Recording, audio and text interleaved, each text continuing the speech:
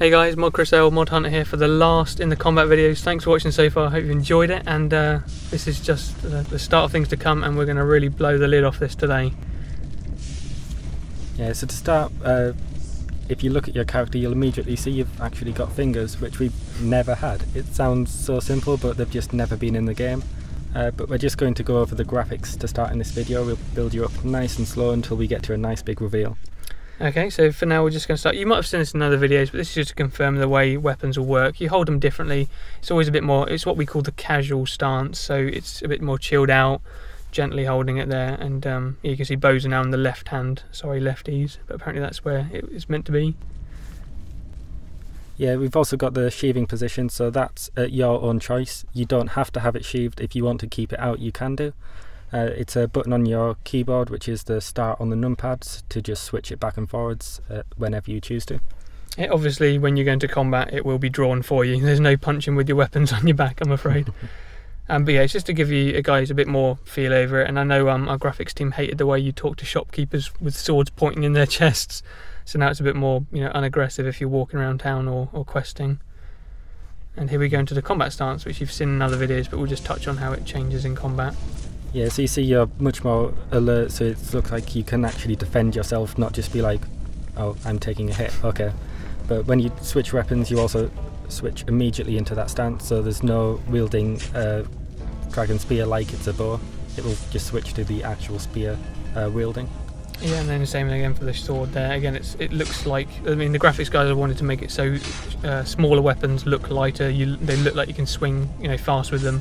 Which again, why you look here at the Dragon two-hander, it's got a slow, heavy swing, and you can sort of see and feel that weight hopefully when you play with that sort of weapon.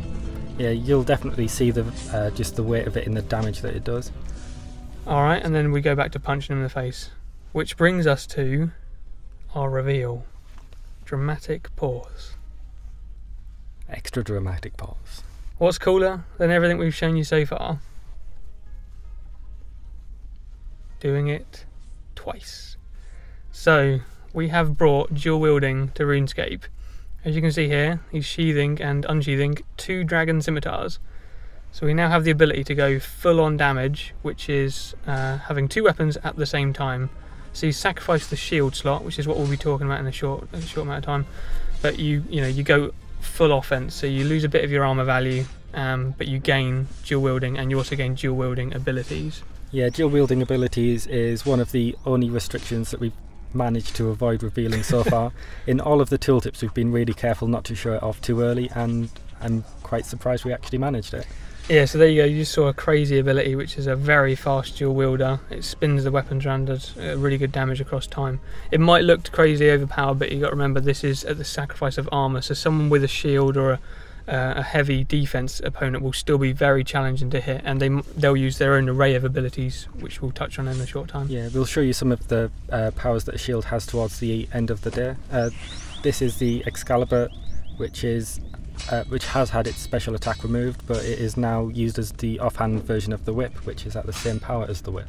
Yeah, unfortunately we couldn't give you 2 whips, guys. It is a technical limitation with how animated the whip can be in the left hand. There's that ability again, so that's a massive dual wielding ability over time. Yeah, I think it's one of the better attacks that dual wielders have, but yes, many of the dual wielding attacks are just pretty awesome.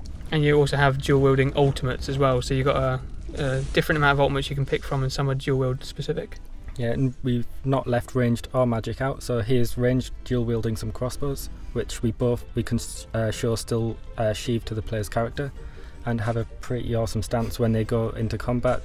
I think that's one of the favourites within the office as well. Yeah, it's definitely one of the favourites. Everyone always talks about how cool this looks. As you can see, he's almost chilled out, isn't he? Just sitting back, taking the turn, just popping left and right on the crossbows there.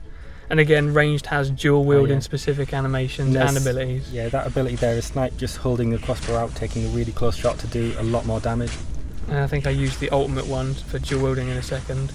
Oh, there's an AoE one. Here it comes, the adrenaline bar's building up, there it goes, it's glowing, so I used a crazier damage one. Here we go, just gunslinging, and if the target doesn't move, they die basically. So in PvP you got to keep a keen eye out for that one. Yeah, but if you move you can avoid the damage, so whilst it is powerful, if you're paying attention you can get away from it. Yeah, you can make them waste their ultimate if you're clever. again here, so we moved on, still doing ranged, but you can do dual thrown weapons as well. So this is me with 2 knives, speedily throwing them, again animating in full, and I even switched there to a crossbow, so you can see shoot with the right, throwing with the left, there you go. And that will still let you use dual wield and range abilities because we know they're both ranged weapons. Yeah, there was snipe again. I just like the look of that ability, really. I think there's a few that have become firm favourites. Yeah, we're also adding in new shields for ranged and magic as well. Shields will carry quite a hefty chunk of both the defensive and the life point boost. But here's magic with the 2-handed staff, which you will recognise in live as a 1-handed staff of light. But all staves are now 2-handed, as they're the magic equivalent of a 2-handed sword, so they will deal more damage with the spell. So any runes you use, you get more damage out of them. Yeah, so exactly that. It's 2-handed weapons like dragon 2-handers are slower, but they give you 150% damage output. So you sacrifice the speed for the damage. Again, like Mod Hunter just touched on, staffs are that for magic. So obviously they look awesome when they animate because he shoots it out of the staff. But they do more damage at the expense of speed, and obviously you can still use the abilities with them.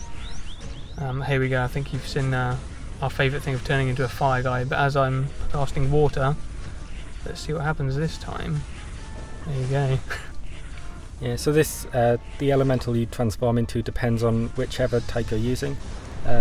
This is now dual wielded magic. It doesn't work in the same way. You'll see you've got an orb in your offhand and a wand in your main hand. This means your casting speed is halved. It's also bucks in the offhand. Alright, and then we've moved on to being a bit crazy. So obviously RuneScape isn't class limited, so dual wielding isn't limited. I've got here a whip in my main hand and a ranged weapon in my offhand. So I'm actually meleeing him and ranging him. This guy's we've wailed in him for weeks now. He is weak against everything, so you have to be careful if you try and do this against a target. Yeah, it's also definitely worth mentioning that you have to take your main hand into account. When it comes to abilities, you can't use ranged abilities when you've got a ranged offhand and a melee main hand weapon. That's right. Alright, and to end it, we'd just like to say thank you obviously for tuning and watching all these, and we really thank you for all your support and applying for the beta, and we'll be doing a devs versus you guys, so we'll see how it all plays out on the beta servers next week, if you can believe that. And to celebrate, me and Mod Hunter kicked it off with our first fight. Yeah, for now we finally show you some PvP with him using the shield abilities, which got really annoying when I was just close to getting that final move. Yeah, so here he's gone with a mage approach, and so he has a combat triangle advantage, so I've gone defense because wearing melee isn't great against being fighting a mage. So here we go. He's casting fire on me there, yeah. Yeah, so I think it's Fire Wave I was using. Yeah, and I'm trying to be very clever about how I fight here, because I'm using abilities that lower my damage that's taken, so his damage output is less against me. He's trying to bind me, I think, but I use an ability that frees me from binds. I think you're trying to set me on fire. There you go, yeah, run away. And then I charge back in to try and stun him. Yeah, and I just tried to use a choke attack, which would also stun him whilst doing damage, but he managed to get the charge in just before. So yeah, I would have been stuck on the spot, but I used my ability to quickly get me over to him. As you can see, we're hitting ultimate levels now, so the fight's been on a little while already, and now it's time to think about what we do. You can see the bars above our heads are full. There, he's gone to Metamorphosis, so he's going to be doing much more damage output with those spells, so I need to think about being clever. I'm using my shield to reflect some damage. That's an awesome ability that I love. Yeah, it's one that's only limited to shields as well, but there Chris has just used Heroism, which is one of the defensive ultimate abilities, which you'll see the effect of shortly. Yeah, so I thought I was going to die, so I used this one, and you can see on the side panel there it's running on me, because he nearly had me on the ropes then. He's about to kill me, so I used that ability. There was no damage output, but it put an effect on me. Here it goes. Didn't kill me. I thought I was going to die, so I used a ultimate defense. Has no damage output, but it saves my life if I'm to die in the very near future. Yeah, I think it does reduce the damage to you a bit, doesn't it? Yeah, it's a very defensive ability. So again, you sacrifice all of that ability gain and that adrenaline gain just to, it doesn't do anything at the time, but it will, save me in the future. Yeah, it could be a real saver in a fight, as it comes to actually a second time in this fight. But for now, we'll just let you finish watching the video, and we'll see you on the beta servers. Yeah, thanks very much, and we hope you have a great time playing it as we have making it, and hopefully not kill us too much in that devs versus players on the first week. The Evolution of Combat beta starts on June the 26th, so check out runescape.com for more details. And don't miss our Runecast special on launch day to hear from the team who've been working on what is sure to be the most dramatic update RuneScape has ever seen. Next week we go behind the scenes of a quest that you control.